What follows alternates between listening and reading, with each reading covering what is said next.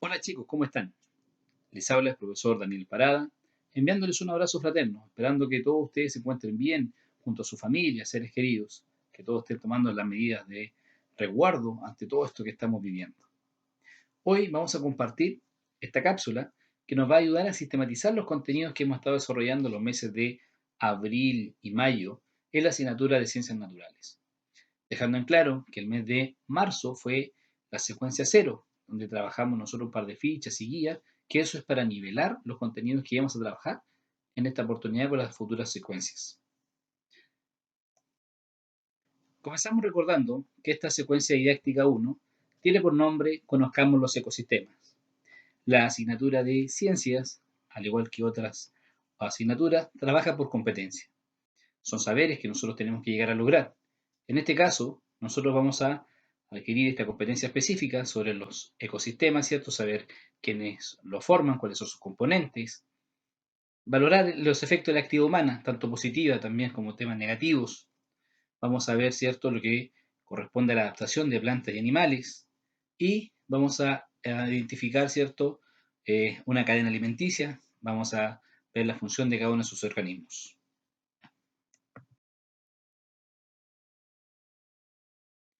Entonces, esta cápsula tiene como desempeño esperado que nosotros podamos retroalimentar contenidos y desarrollar al final, ¿cierto?, una evaluación formativa de esta secuencia didáctica 1 que ya dijimos que se llamaba Conozcamos los ecosistemas. Además, te comento que todo el material que hemos compartido en todo este tiempo, tú lo puedes encontrar en la página web profesordanielparada.blogspot.com, que es una página de apoyo a esta labor donde tú puedes encontrar cada una de las actividades que hemos ido desarrollando. Si tú quieres volver a repasar algún contenido, lo puedes encontrar ahí. Si tú quieres ver alguna actividad que te falta, también la puedes encontrar. Para comenzar, te voy a pedir que tengas a disposición el cuaderno de Ciencias Naturales y un lápiz, donde comenzaremos anotando el título Los seres vivos y el medio ambiente. Abajo de esto vamos a dibujar esta tabla y vamos a colocar la siguiente clasificación. Seres vivos y en el otro lado vamos a colocar materia inerte. Luego te pido que observes detalladamente este dibujo que tenemos acá y puedas identificar 1, 2, 3, 4 seres vivos. Simplemente anota sus nombres, escríbelos. Luego que ya lo tengas listo, coloca, ¿cierto?, acá la materia inerte. De esta misma imagen que tú estás viendo, ¿cuál correspondería a la materia inerte? 1, 2, 3, 4 ejemplos. Te pido ahora que tú pongas pausa a este video, lo puedas responder, hacer la actividad y luego lo revisamos en conjunto. Vamos. Bien, una vez que ya finalizaste, ¿cierto?, la actividad, vamos a revisarla en conjunto. Si nosotros miramos la imagen, podríamos darnos cuenta inmediatamente que encontramos muchos, pero muchos seres vivos. Tenemos el zorro, ¿cierto? Esta parte de acá. Tenemos una foca junto con un cactus que no corresponde a su hábitat porque es otra actividad, pero igual aparece. Tenemos búhos, ratones, árboles, plantas, pasto. O sea, teníamos mucho más de 4. En cuanto a la materia inerte, si tú anotaste, por ejemplo, el ratoncito muerto, estás equivocado. La materia inerte corresponde a rocas, agua, tierra, temperatura, ¿cierto? Son las materias inertes que nosotros podemos encontrar en esta imagen. Luego de realizar la actividad, vamos a ver los niveles de organización que tienen los seres vivos. Mirando la imagen, nosotros vamos a entender que los seres vivos parten de una organización desde la más pequeña, llamada especie, hasta una más macro, que es lo que vamos a ver al final de esta diapositiva. ¿Pero qué es especie? Una especie es un grupo de seres vivos con características similares que pueden reproducirse entre sí teniendo una descendencia fértil. En este caso, nosotros podemos observar, ¿cierto?, que tenemos la especie de pingüinos, una especie de lobos marinos, la especie de peces y la especie de delfín. Otro nivel de organización corresponde a la población. ¿Y qué es una población? Es un conjunto de seres vivos de la misma especie que habita en un mismo territorio al mismo tiempo. Por ejemplo, el grupo de pingüinos. Todo este grupito de pingüinos forma una población. El grupo de lobos marinos forma otra población. Otro nivel de organización corresponde a la comunidad, conjunto de poblaciones que habita el mismo territorio al mismo tiempo. Por ejemplo, los pingüinos junto a los lobos marinos y peces y demás organismos. Aquí estamos viendo la imagen entonces que todos estos organismos corresponden a una comunidad. Y llegamos a uno de los puntos más importantes que tenemos nosotros, que es otro nivel de organización correspondiente al ecosistema. Ecosistema es muy importante para nosotros ya que toda la secuencia didáctica se basa en él. Por eso es muy importante comprenderlo. ¿Y qué es un ecosistema? Es un conjunto formado por las comunidades de seres vivos, lo que explicábamos recién. Todo este grupo de organismos que tenemos acá. El medio ambiente. El medio ambiente quiere decir, ¿cierto?, todo lo que nosotros podemos observar aquí.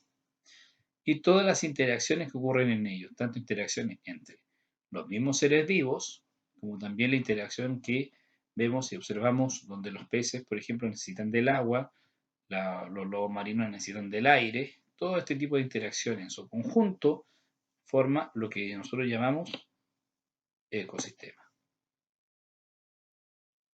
Bien, un ecosistema lo componen dos componentes. El primero son los factores bióticos. ¿Y cuáles son los factores bióticos? Son todos los seres vivos que habitan en un ecosistema.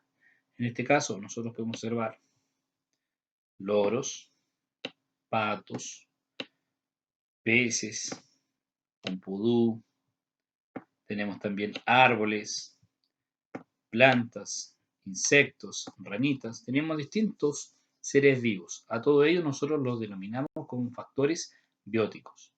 Ahora, el otro componente corresponde a los factores abióticos. En este caso son todos los componentes inertes de un ecosistema. Si miramos acá, nosotros cuáles podrían ser: el agua, ¿ya? Vamos a hacer una X para poder identificarlo. ¿Qué más? Las piedras, el aire, la temperatura, todos ellos son factores abióticos.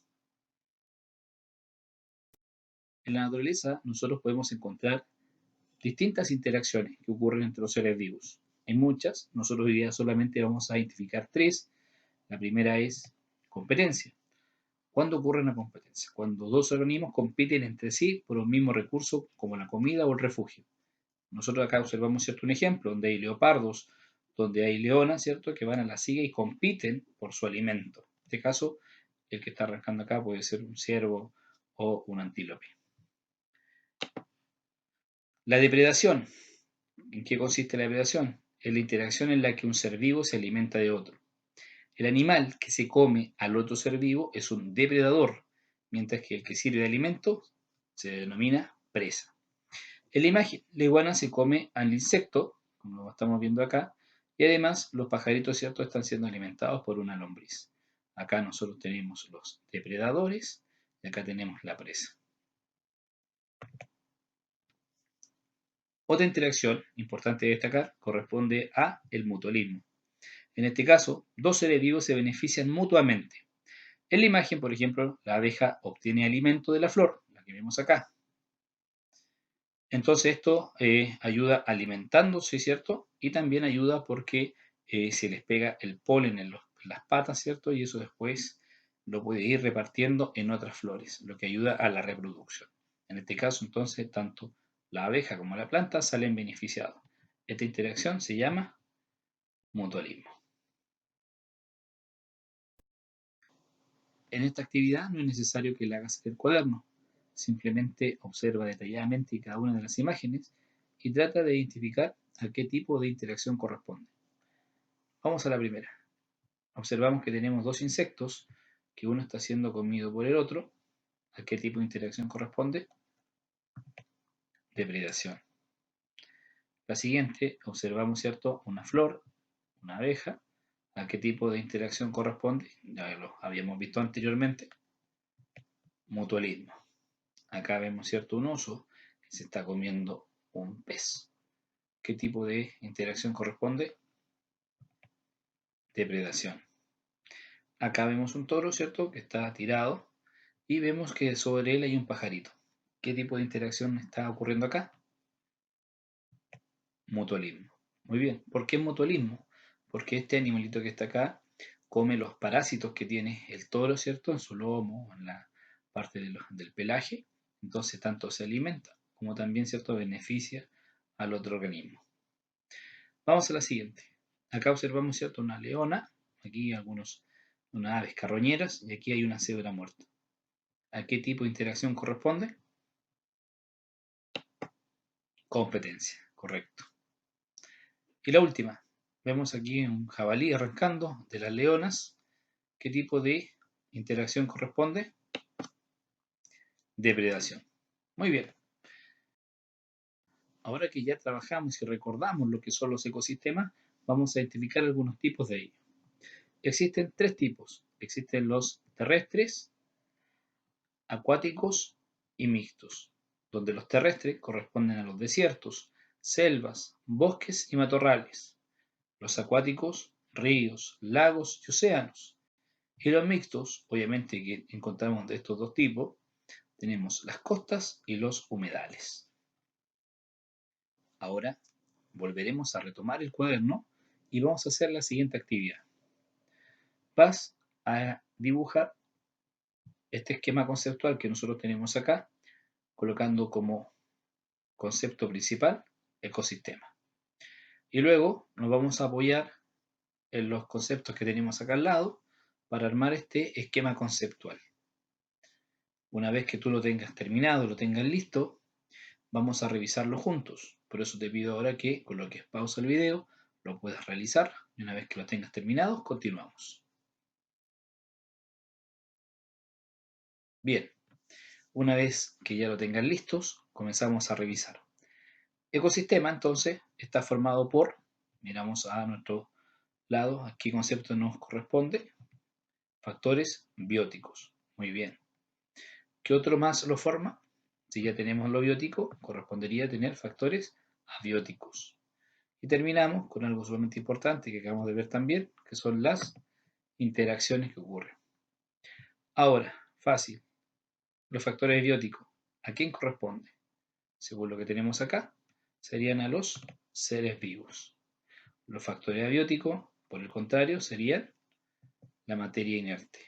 Y las interacciones corresponden, ya lo recordamos, hay varias más, pero nosotros las que hemos trabajado han sido tres. Sería competencia, depredación y mutualismo. Si tú las escribiste en distinto orden, no importa. Lo importante son reconocerlas. Pasamos a otro punto, a las adaptaciones de los seres vivos. Pero, ¿qué son las adaptaciones? Son características que han desarrollado los organismos a lo largo de muchas generaciones para solventar los problemas de supervivencia y reproducción a los que se enfrentaron sus antecesores. Los seres vivos presentan adaptaciones para vivir en un hábitat determinado, ya sea en el agua, la tierra, el aire o en una combinación de ellos. Algunos viven bajo condiciones ambientales muy adversas, como temperaturas extremas o escasez de agua o también de alimento. Ahora conoceremos algunas adaptaciones que tienen los seres vivos. Comenzaremos por su alimentación. Si nosotros observamos estas tres mandíbulas, nos daremos cuenta de inmediato que ninguna de las tres es igual.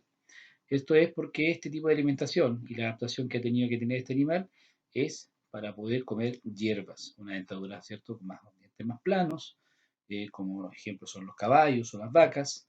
Este de acá ya sacamos inmediatamente la conclusión que puede ser un animal carnívoro, debido a que posee colmillos, ¿cierto?, más pronunciados que les permite desgarrar a la hora de poder comer, ¿cierto?, y sacar la carne. Y cuando ya tenemos una dentadura con una mezcla de entre ambas dentaduras, estamos hablando de un animal herbívoro. Obviamente que come tanto hierbas como también carne. La cubierta corporal, ninguno de los seres vivos tiene una cubierta corporal parecida. Acá nosotros encontramos tres completamente distintas. Comenzamos por la cobra, acá al lado tiene cierto el armadillo, esta caparazón que también le sirve como medio de protección cuando se siente amenazado. Y acá tenemos, por ejemplo, el zorro ártico, que ese pelaje le permite, cierto, mantener el calor y poder soportar las bajas temperaturas. En cuanto al desplazamiento, también encontramos distintas formas de desplazarse los seres vivos, desde volar, nadar, caminar, ¿cierto? O cuando también puede ocurrir que este mismo patito que está acá, teniendo estas membranas, ¿cierto?, dentro de estas patas, le permite nadar, también camina y algunos también de esta especie pueden volar. En la naturaleza también encontramos algún tipo de adaptación. Por ejemplo, esta leona que está acá, ella está camuflada. Entonces, esta adaptación le permite cazar y también estar sin ser observada. Otra adaptación corresponde al mimetismo. Por ejemplo, este Sírfidos, que corresponde a un insecto que es muy parecido entonces a las abejas, y eso hace que algunos depredadores huyan, ¿cierto? Y él se pueda salvar. Otro tipo de adaptación corresponde a la de comportamiento. Tortugas de agua dulce que tienen que invernar, igual que los osos. Tenemos los cuerpos Pinky, ¿cierto? Que levantan sus púas cada vez que se sienten amenazados. Chanchitos de tierra que se forman como un círculo. Todo eso son adaptaciones de tipo de comportamiento. Pero no solamente los animales tienen estas adaptaciones, también lo tienen las plantas. Veamos algunos ejemplos. Tenemos, por ejemplo, cómo resisten el calor. Acá tenemos los cactus, ¿cierto? Que ellos resisten el calor gracias a los troncos gruesos y además de poseer espinas, porque eso permite, ¿cierto?, que algunos animales no se acerquen a ella debido a que es un mecanismo, ¿cierto?, para poder defenderse. Otros, cómo resisten el frío. Tenemos algunos árboles que en la temporada ya de otoño comienzan a hacer caer sus hojas y eso hace para que ellos no se puedan entumir y congelar. Entonces, nuevamente, después en primavera comienzan a nacer nuevamente y así pueden aguantar los fríos. Y otros, obviamente, que tratan de tener, mientras más grande la hoja, capta mayor luz, ¿cierto? Y le permite ser un poco más grande. Entonces, aquí le permite, ¿cierto?, fabricar su propio alimento. Entonces, aquí vemos que las adaptaciones de los seres vivos no es solamente para los animales, sino que también para las plantas. Las cadenas alimenticias, otro tema sumamente importante que nosotros debemos aprender. Si observamos la imagen, nos podríamos preguntar cómo se relacionan estos seres vivos. Pero ya gracias a estas flechas, nosotros nos damos cuenta que la hoja de este arbusto es el alimento del pudú, lo cual el pudú es el alimento del puma.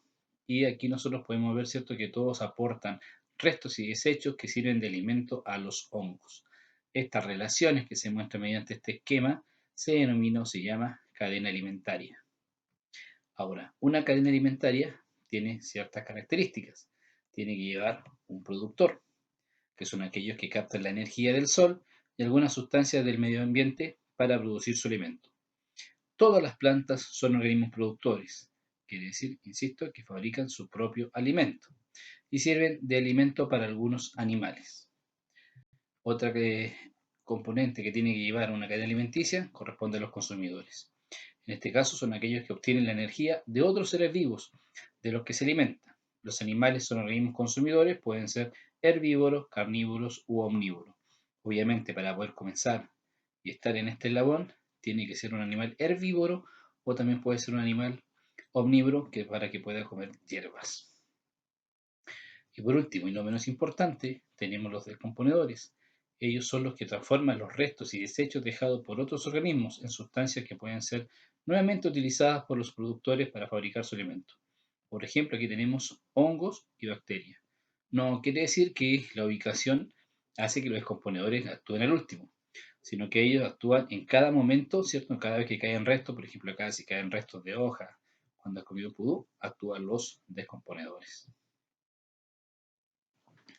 Entonces, para representar una cadena alimenticia, tenemos que dibujar determinados organismos de un ecosistema, mediante las flechas que se indican las relaciones alimentarias que se establecen entre ellos.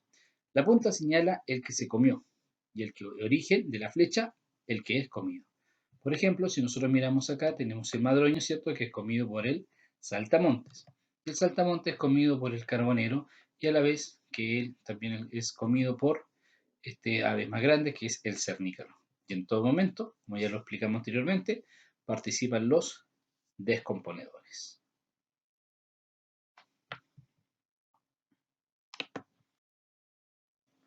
Nuevamente, te voy a pedir que tomes tu cuaderno y dibujes esta cadena alimenticia considerando los siguientes organismos. Tenemos un pájaro, un saltamonte, una planta y una serpiente. Te recuerdo y te ayudo con el cuadro que está ahí para que te acuerdes que en todo momento trabajan los descomponedores. Ponle pausa al video, dibújalo y veamos si queda en el mismo orden que yo te lo voy a presentar. Bien, Una vez que ya terminaste de dibujar, revisemos cómo nos quedó. El primer organismo que nosotros tenemos que colocar corresponde a la planta, porque es el productor. Luego viene el consumidor, en este caso vendría el saltamontes, un animal herbívoro. Luego tenemos, ¿cierto?, que viene el pájaro, quien se sirve del saltamonte. Y por último tenemos a la serpiente. Entonces, como ya dijimos anteriormente, cada uno de ellos es comido por el otro y en todo momento también trabajan los descomponedores, que pueden ser órganos y bacterias. Ahora vamos a pasar a un punto que lamentablemente vamos a encontrar, que corresponde a las actividades humanas que dañan los ecosistemas. Si nosotros observamos el torito, aquí está acá, por eso está enojado, porque cada vez su ecosistema se está reduciendo, al igual que el de muchos animales. Comenzaremos con la tala indiscriminada. Obviamente, cuando se talan los bosques, se talan los árboles nativos, se pierde gran cantidad de ecosistemas. La agricultura, si bien beneficia al hombre en algunos aspectos, también cuando se llega a sembrar, se modifican los ecosistemas, se pierden organismos y nuevamente también, ¿cierto?, estamos haciendo un daño. Obviamente que la caza indiscriminada también genera, ¿cierto?, que tengamos hoy en día animales en peligro de extinción. Ahora veremos algunas medidas de protección de los ecosistemas. Existen áreas silvestres protegidas. Estas son zonas protegidas por ley, las cuales pueden ser, por ejemplo, parques nacionales, que son grandes extensiones de terreno en que está prohibido el uso de cualquier recurso natural, como por ejemplo el Parque Nacional Rapa Nui. Las reservas nacionales, los recursos que posee pueden ser usados de forma sustentable. Por ejemplo, esto puede ocurrir en la Reserva Nacional Federico Halbert. Monumentos naturales son áreas reducidas con algún atractivo natural, como flora, fauna o algún sitio geológico. En la imagen nosotros podemos apreciar la portada de Antofagasta. Nosotros en Temuco también tenemos un monumento natural. Es nuestro pulmón de la ciudad. Nos proporciona oxígeno. Así es, corresponde al Cerro Ñelol. Áreas prohibidas para la caza son áreas o zonas en que se prohíbe la caza o captura de cualquier especie del lugar, con el fin de preservar el ecosistema de la zona. Otra medida de protección corresponde a las vedas. La veda corresponde a la prohibición de cazar o capturar a cierta especie por un tiempo determinado, con el fin de protegerla y evitar su desaparición. En Chile, nosotros encontramos que el loco y la merluza ya son dos especies que han estado en veda, ¿cierto?, para poder protegerla.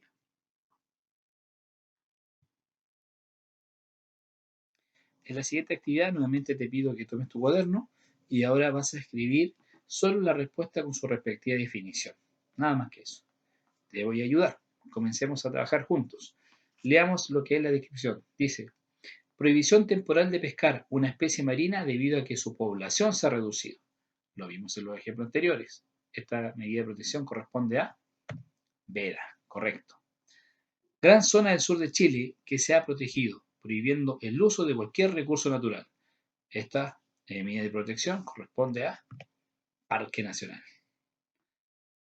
Tercera descripción. Dice: en una laguna del norte de Chile no se permite la caza de ningún tipo de animal. ¿De qué medida de protección estamos hablando? De áreas prohibidas para la caza.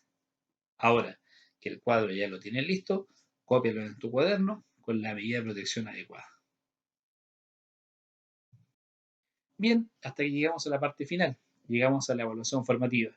Pero esta evaluación formativa no es una prueba, sino que simplemente es un desafío que yo te invito a que tú puedas jugar a quién quiere ser millonario. Este juego atractivo de 12 preguntas que cada vez que tú vas avanzando vas ganando dinero. Entonces, ¿en qué consiste?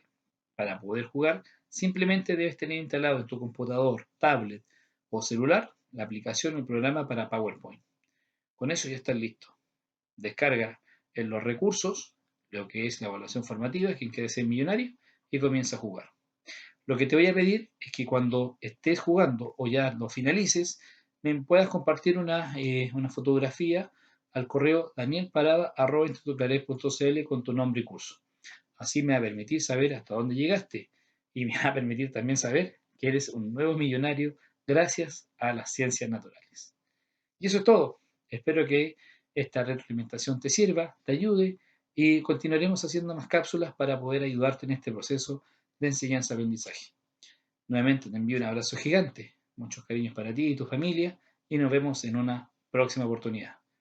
Cariños y abrazos.